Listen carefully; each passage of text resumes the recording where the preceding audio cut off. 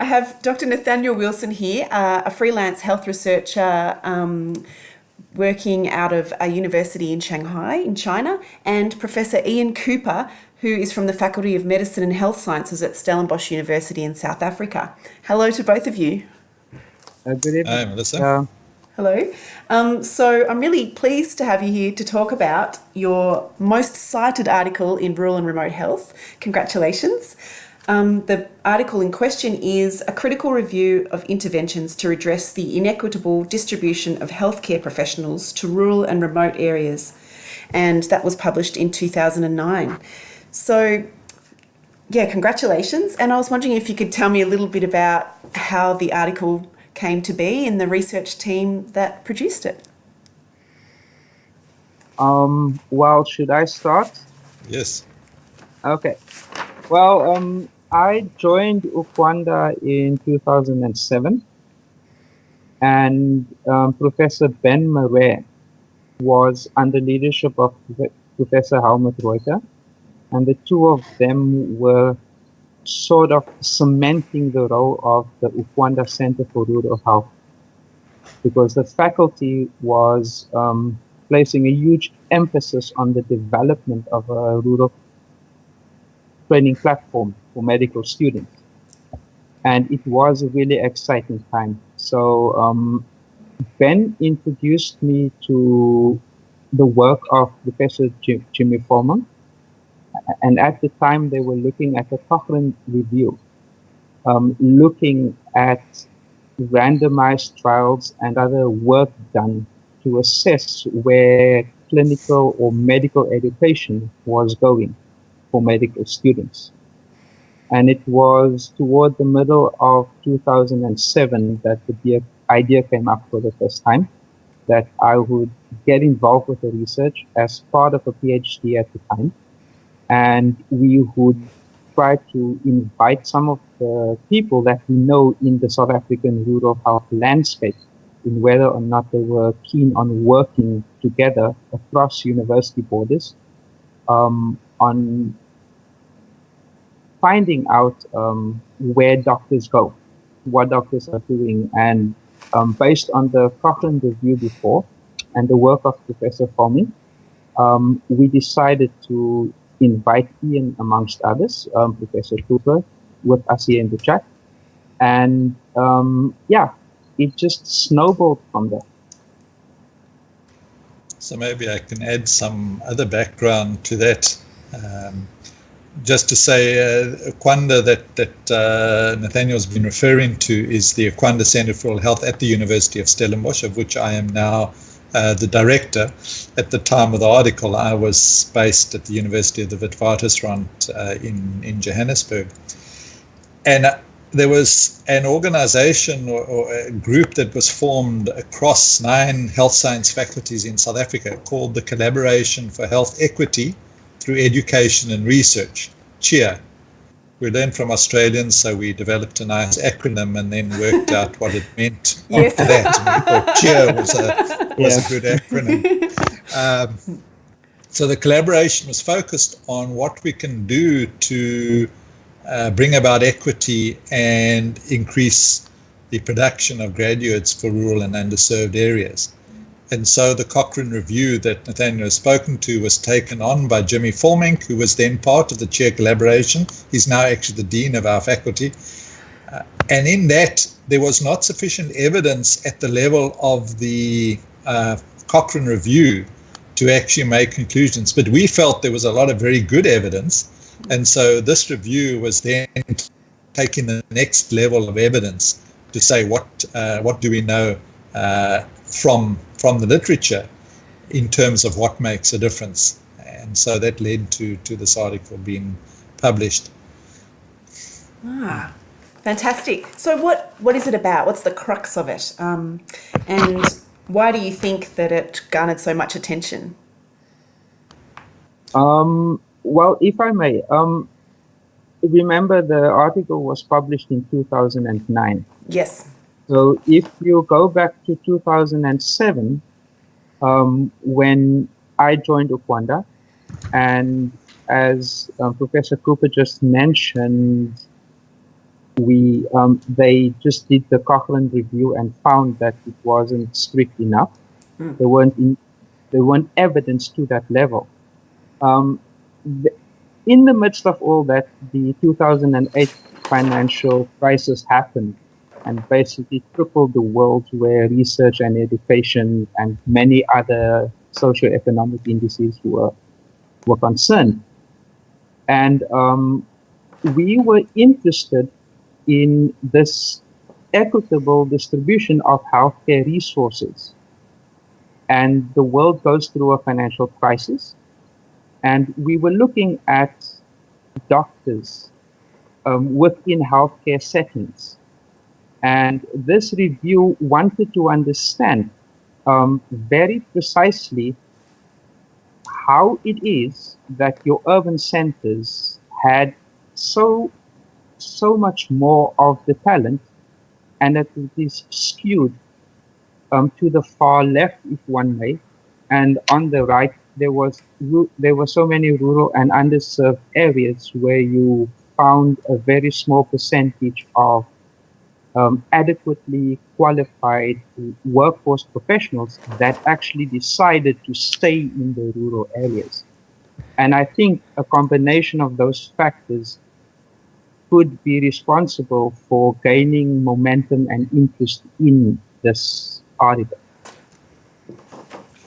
I think it's true to say it was the first time that this evidence was really brought together in the way that the article did. And the key messages you asked about, I think there are two key messages which have been demonstrated again and again since then in the literature, that two factors make a difference in terms of interventions. One is selecting people from rural areas into training. Yes. And number two is training people in rural areas. And that's been shown again and again. And fortuitously, in some ways, this fed into the World Health Organization process that was happening in 2009, which was developing global policy recommendations on increasing access to health workers in remote and rural areas through improved retention. That was the title of the recommendations. The first time, I might say, that WHO had actually looked at the issue of human resources from a rural perspective. And those global policy recommendations were published in 2010. And this article as well fed into those policy recommendations, and those recommendations confirmed that the most evidence we have out of all the recommendations that they listed were the two educational recommendations around selection and training. There were other recommendations the document made, a whole set of educational ones, but also financial, regulatory, and personal and professional development related recommendations. But none were as strong as these two that I think were key in our article. Right, which I think goes part of the way to answering my next question, which is the impact that you're aware of for the article. I think obviously that's a huge impact. Can you think of any other policy implications, or has there been research that followed directly on? I mean, lots of it.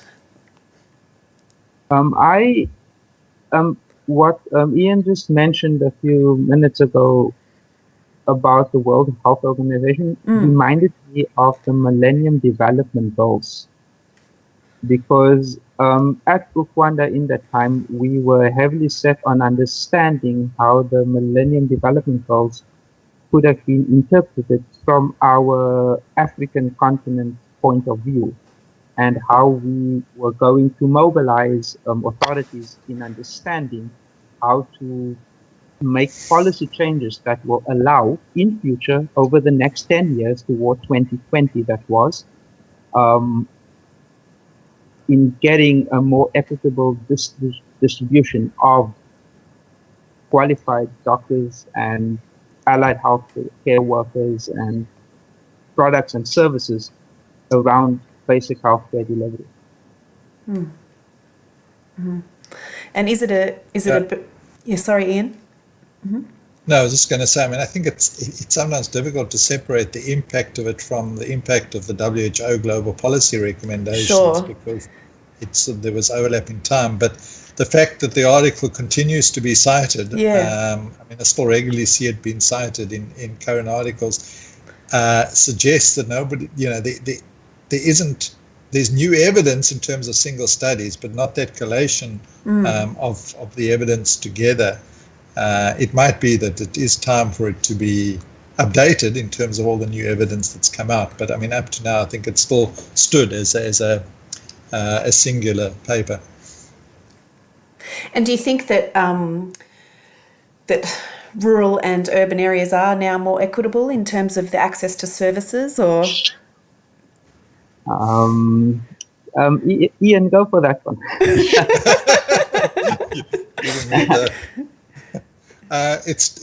It's tempting to say no, but I think there has definitely been progress, and I think the extent to which around the world many programs have been focusing on trying to make the difference, trying to address equity. The reality is there's still a huge gap, and all the evidence that comes out around that shows that there is still a big gap. But I think some progress has been made, certainly in places. I mean, I think in Australia, Canada, for example, the major initiatives around rural training have made a difference. Brazil is in the process of upscaling their medical training program with a number of rural medical schools. About 26 new rural medical schools has been established. Wow. There have been initiatives in other countries. So I think that there is certainly some difference.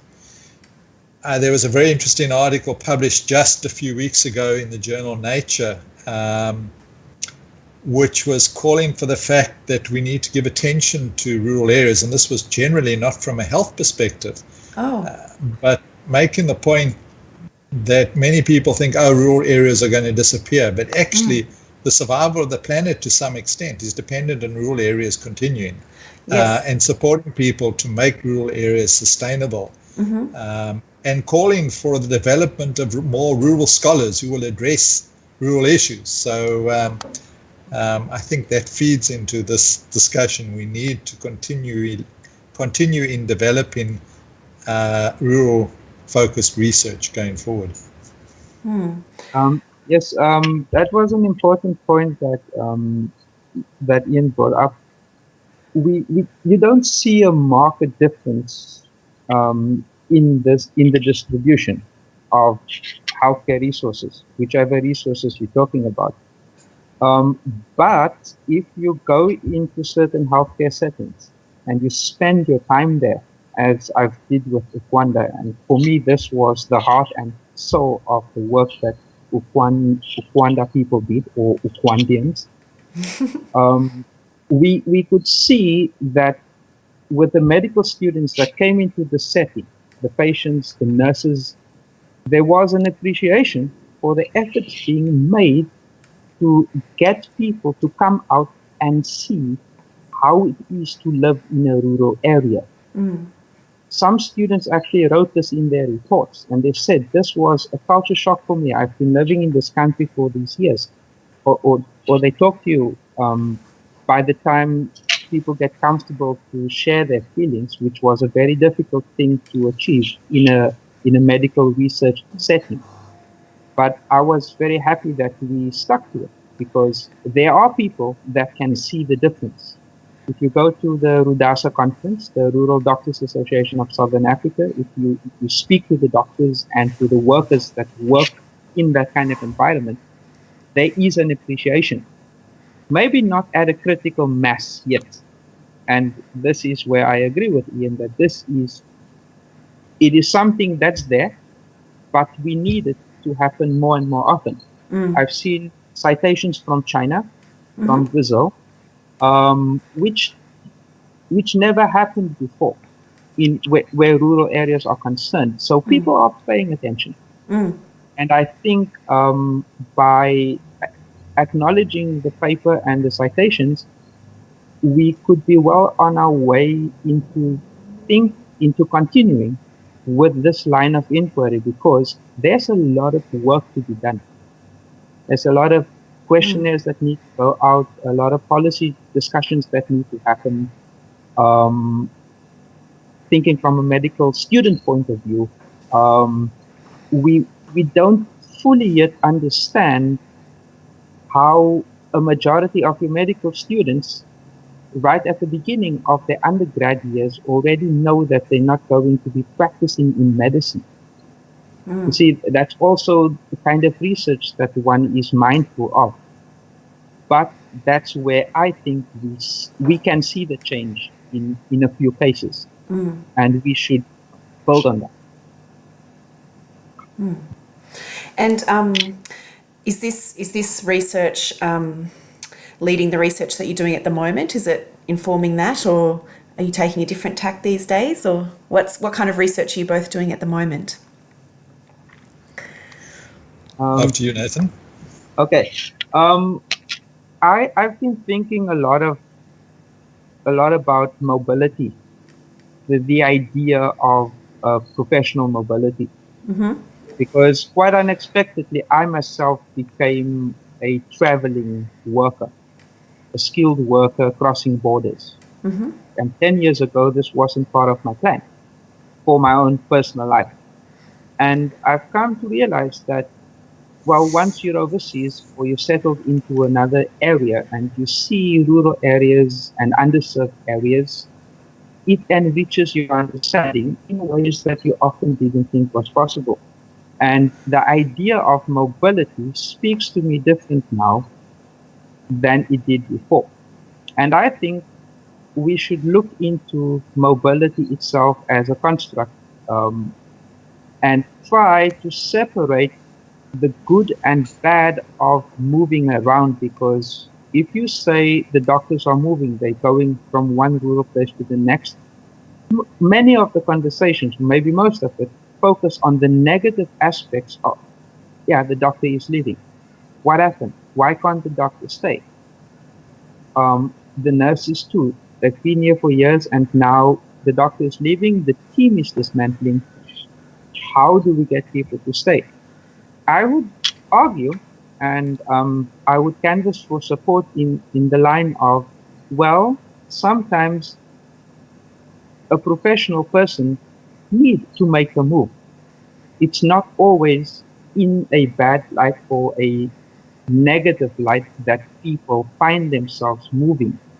Because in my own life, a professional person moving abroad, I actually deepened my research understanding of things I couldn't have done if I had stayed in South Africa at the time. Because sometimes crossing borders is the thing that teaches you more. So I am thinking of separating mobility issues so that we can possibly try to understand the development, or try to understand how we develop a more positive spin or framework around mobility. And I'll need to find out whether or not that's a feasible idea by itself. Yeah, from my side, a couple of things that I'm focusing on. One of the things is to try and understand more about the contribution that students make to the healthcare service. So we always talk about the contribution that they will make as graduates, but what is the contribution they make while they are still students? And particularly in our context, the role of students isn't always appreciated by people in the health service. And actually doing work to demonstrate the significant contribution that students make while they are still students. And that's important because we need to expand our rural training platform, and often there's not the receptivity to having students because they think they're going to be a burden. But actually other research, and we're showing it now in South Africa, it shows they're not a burden, they're an asset. Another important area is looking at the whole issue of collaborative practice, which is about teamwork, about bringing people from different professions. In Okwanda, in our rural clinical school, we have medical students, occupational therapy, physiotherapy, speech language hearing therapy, and dietetic students, and getting them to work together around a patient, community-based, working with community health workers, and understanding the importance of that and the contribution that makes, which is often more difficult in a tertiary or academic hospital setting. So I think that's significant. And I think the other area is demonstrating impact in terms of where our graduates are placed. And everybody, I think, agrees across the world that that's an important issue. But it's something that we are struggling in terms of resources in a South African context to be able to track our graduates and show through our graduates the difference that we are making to human resources.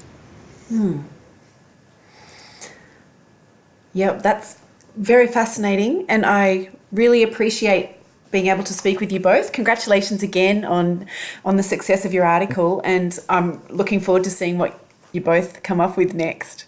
Thanks, Nathaniel. Thanks, Ian. Thank you, Melissa. It was great. Thank you.